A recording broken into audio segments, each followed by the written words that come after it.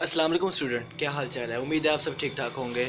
तो चलिए हम अपने अगले लेक्चर की तरफ चलते हैं। तो हमने देखें सीक्वेंस के हिसाब से ये सारे क्वेश्चंस कर लिए हैं और अब हम करने जा रहे हैं क्वेश्चन नंबर 8। तो इसमें सब कुछ सेम है, ठीक है ना।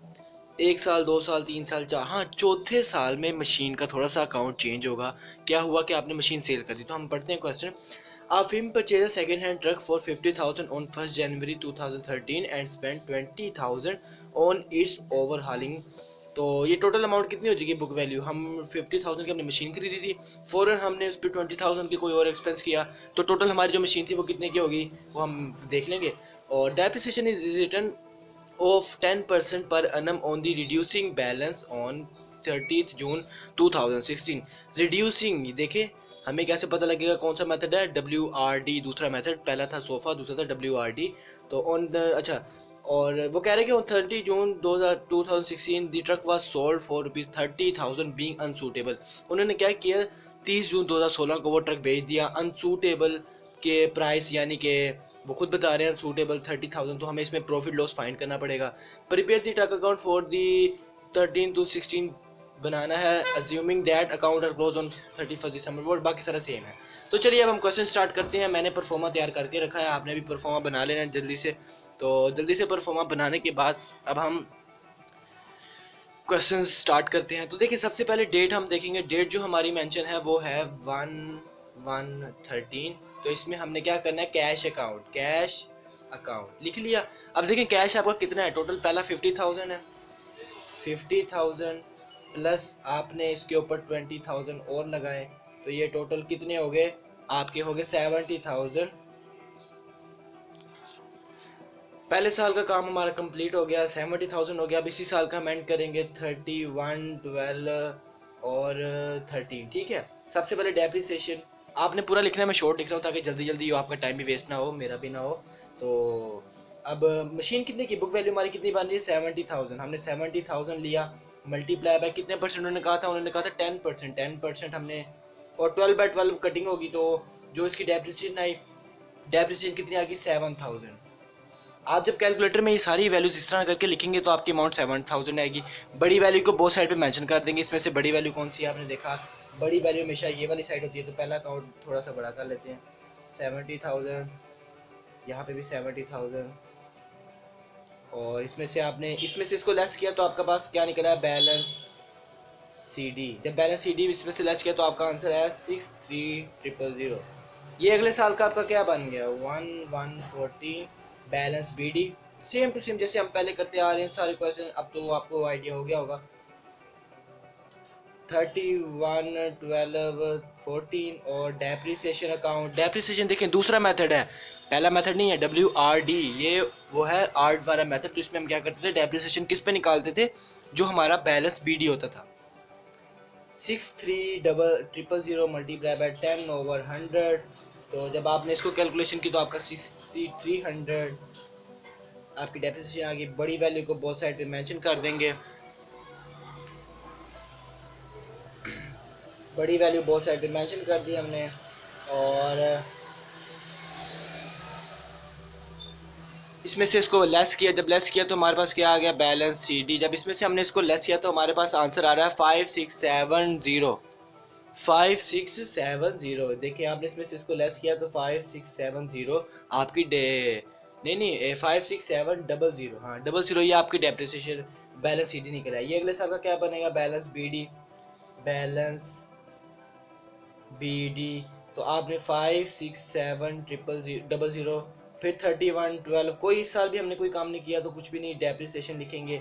अब देखिए बुक वैल्यू थी, ये बन रही है बैलेंस BD। और एक और मजे की बात जो आपको मैंने पहले भी बताई थी कि दूसरे मेथड में WRD में कभी भी डेप्रिसिएशन सेम नहीं होती। पहले साल आपकी 7,000, 6300, और आपकी बारी आपकी निकलेगी 5670। जब आप कैलकुलेशन में ये सारा कुछ करेंगे ना तो आप अमाउंट देखिएगा, आपकी अमाउंट यही निकलेगी।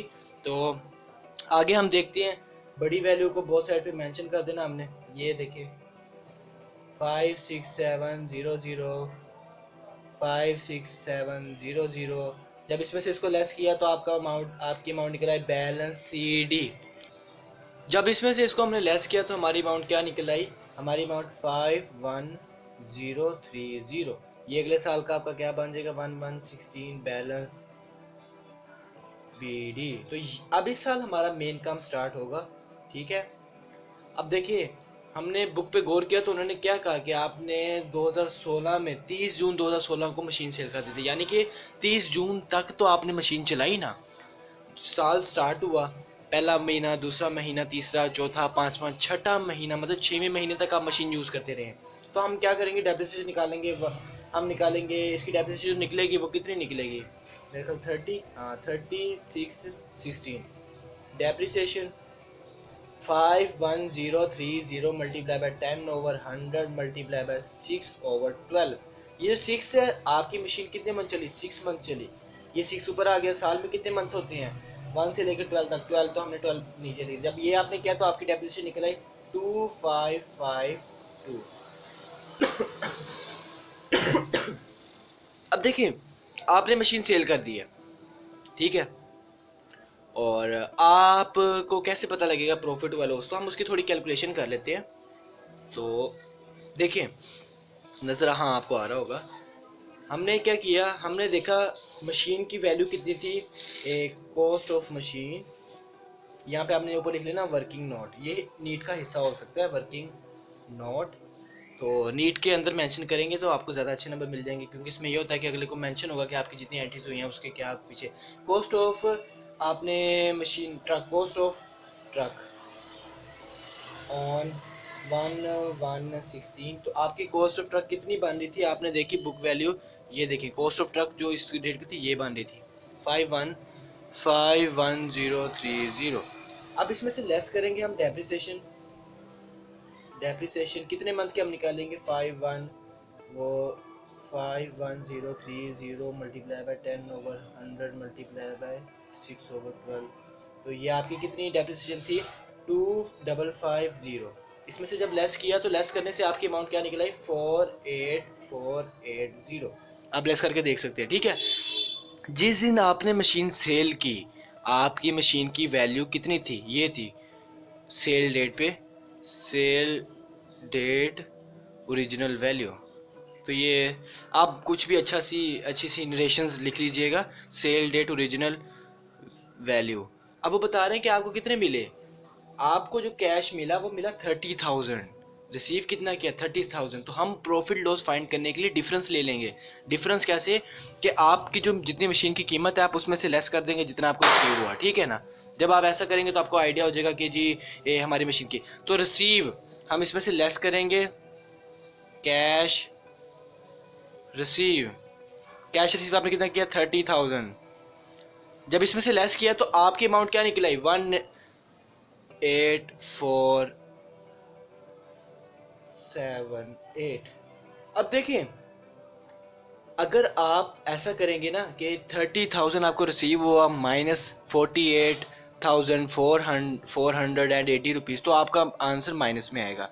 लेकिन अगर मैं वैसे देखूं, मेरी मशीन थी 48,480 की और मैंने उसे सेल किया 30,000 में, तो क्या मुझे लॉस हुआ है या प्रॉफिट हुआ है?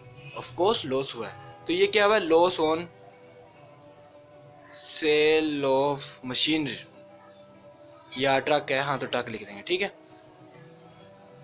ये रहा आपका वर्किंग नोट, ये आपने लॉस फाइंड कर लिया। देखिए अब लॉस अगर मैं देखना चाहूँ तो क्या बुक में यही है, हमने देखा बुक में बिल्कुल यही है 18478 आप कैलकुलेशन करके देखेंगे आपका भी यही निकलेगा। अब देखें अगर एक दफ़ा मैं फिर बता देता हूँ, साल शुरू हुआ आपकी मशीन की वैल्यू कितनी थी 51,030 जब साल शुरू हुआ, लेकिन आपने पहले साल के पहले मंथ ही नहीं बेची, आपने उसको 6 महीने और यूज़ किया, 6 मंथ यूज़ किया, डेप्रिसिएशन माइनस की तो ये 48,000 और 480 रुपीज़ आपकी मशीन की वैल्यू थी असली जिस दिन आपने मशीन सेल की। लेकिन आपने कितने में सेल की 30,000 में, तो डिफरेंस जो होगा वो लॉस का होगा। क्योंकि देखें आपने एक मोबाइल ख़रीदा 10,000 का, ठीक है, आपने उसे 1 साल बिजनेस में यूज़ किया, 2 साल यूज़ किया, उसकी वैल्यू में कमी आ गई, 2 साल मतलब 2 साल यूज़ किया तो 2,000 कमी होगी, 2,000 कमी होगी ना। अब आप उसको सेल करते हो 5,000 का, तो क्या कोई आपसे पूछेगा यार आपने लॉस पे किया या प्रॉफिट पे, तो आप उसको कहोगे ना कि यार लॉस पे, वो कहेगा कैसे फाइंड किया, आपको यार मैं डिफरेंस ले लूँगा, मुझे कितना कैश रिसीव हुआ है 5,000 जबकि मेरी चीज़ की वैल्यू कितनी थी 8,000, तो यानी कि इसमें डिफरेंस जो है 3,000, वो 3,000 जो है वो आपका लॉस हुआ है, नुकसान हुआ है। तो यही काम हमारा यहाँ पे हुआ है, 30,000 हमें रिसीव हुआ है, हमारी मशीन इतने की थी तो दरमियान का डिफरेंस लिया, लॉस हो गया। अब इस साल का जो अकाउंट है वो हम कैसे फिल करेंगे, ये देखिए आपने डेप्रिसिएशन निकाल ली। अब आपको कैश कितना रिसीव हुआ, आपने यहीं पे लिखना है कैश अकाउंट या कैश रसीद, तो कितना हुआ 30,000, आपने लिख लिया 30,000। अब क्या प्रॉफिट हुआ या लॉस हुआ है, अगर तो प्रॉफिट हो तो आपने इस साइड पे डेबिट साइड पे, ये आपको पता है मशीन की डेबिट साइड होती है, यहाँ मेंशन करना है। अगर लॉस होगा तो आपने क्रेडिट साइड पे करना है, ठीक है। और अब मैंने क्या किया, प्रॉफिट एंड लॉस, जब डेबिट साइड पे प्रॉफिट एंड लॉस लिखेंगे ना तो इसका मतलब यही होता है कि आपको लॉस हो रहा है, तो क्रेडिट साइड पे लिखेंगे सॉरी प्रॉफिट एंड लॉस, तो यही होता है। यहाँ पे भी मैं ये लिखूंगा प्रॉफिट एंड लॉस, लेकिन डेबिट साइड वाला प्रॉफिट होता है, क्रेडिट साइड वाला लॉस होता है। तो मैं हल्का सा नीचे लॉस का मेंशन इस तरह कर देता हूँ, कितना हुआ है 18478। अब देखें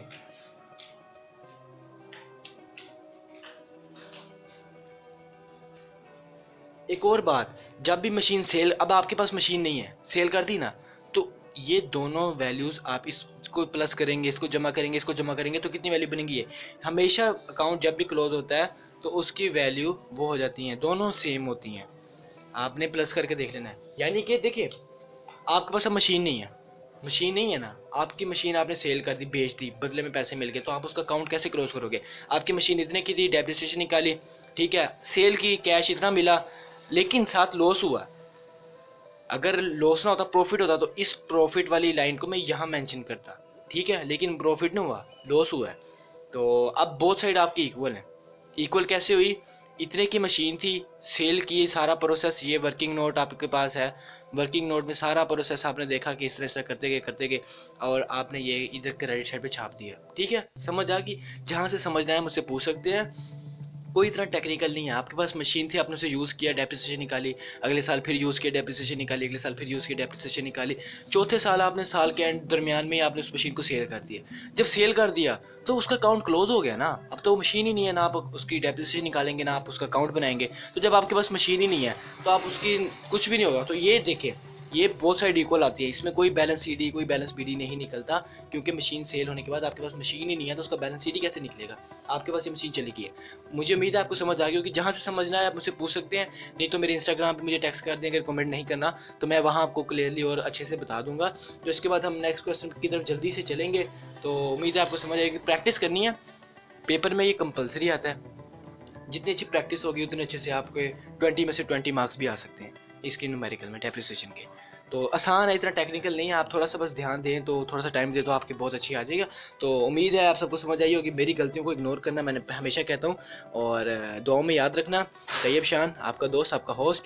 ओके, अल्लाह हाफिज़।